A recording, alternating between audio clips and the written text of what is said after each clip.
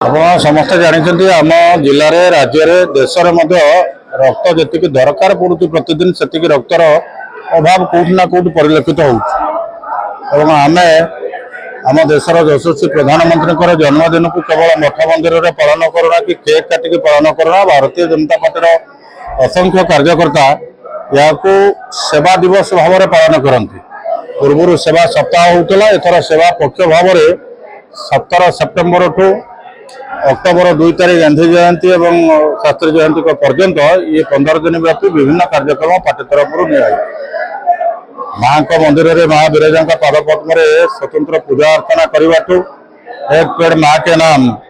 गोटे दिन आप जानते 75 लाख ऊर्ध्व गछ सारा राज्य में लगे आम समग्र जाजपुर अंचल सब गाँ गंडे गछ लगे मेगा रक्तदान शिविर हो हेल्थ चेकअप कैंप हो विभिन्न प्रकार सफाई कार्य हो स्वच्छतार कार्यक्रम जोटा मोदी जी अन्य एक जनादृत कार्यक्रम कि विभिन्न पर्यायर विभिन्न कार्यक्रम रही। आज आम सका सका जाजपुर सहर में गोटे मेगा रक्तदान शिविर आयोजन करूँ। बहुत उत्साही युवा बंधु मैंने भौणी मैंने विभिन्न अंचल आसिक शह शह संख्यार रक्त भी दौरान मोर पूरा विश्वास ये रोड एक्सीडेंट रे पड़ुची कि ऑपरेशन टेबुल रक्त कार दरकार पड़ुची थैलासेमिया पेशेंट मानक रक्त प्रति मुहूर्त दरकार पड़ुची। ये जो अभाव थिबा रक्त अभावटा को ये अनेक परिमाण में दूरीभूत करियो बोली मोर पूरा विश्वास। जो माने मोदी जी जन्मदिन केवल तांकर दीर्घ निरामय सुस्थ जीवन कामना करनाहांती तांका आदर्श जो लक्ष्य सुस्थ भारत सुस्थ परिवार समृद्ध परिवार ये कथा को आगे नापी समस्त निरोग रखापी रक्तहीनतार समस्या समस्त मुक्ति देवाई ये कार्यक्रम सामिल होती समस्त आज आपण मान जरिया ये अवकाश में अभिनंदन जनाऊँ धन्यवाद।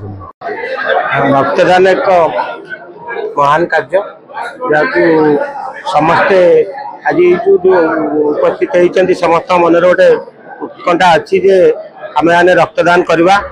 आमर जो सेवा पक्ष चलती से सेवा पक्ष आमर माननीय प्रधानमंत्री श्रीयुक्त प्रिय प्रधानमंत्री श्री नरेंद्र मोदी 75तम जन्मदिन उपलक्षे आम ये रक्तदान बहुत भल अनुभव कर गर्वित मन करें रक्तदान शिविर योगदान कर गोटे महान कार्य आम एमती सबू जगार जिते बड़े देखिए आप प्रिय एमपी श्रीयुक्त रवि नारायण बेहरा महोदय सबू जगार उपस्थित रहती और समस्त की उत्साहित करती कि भल कम करने धन्यवाद देवी जेहेतु से सबू कार्य सबू जगार सब बेले उपस्थित रोचते लोक मानकर प्रतिनिधित्व कर सबू जगार कौन से एमती जगह ना जो से उपस्थित न रही सब जगह रही उपस्थित करती आम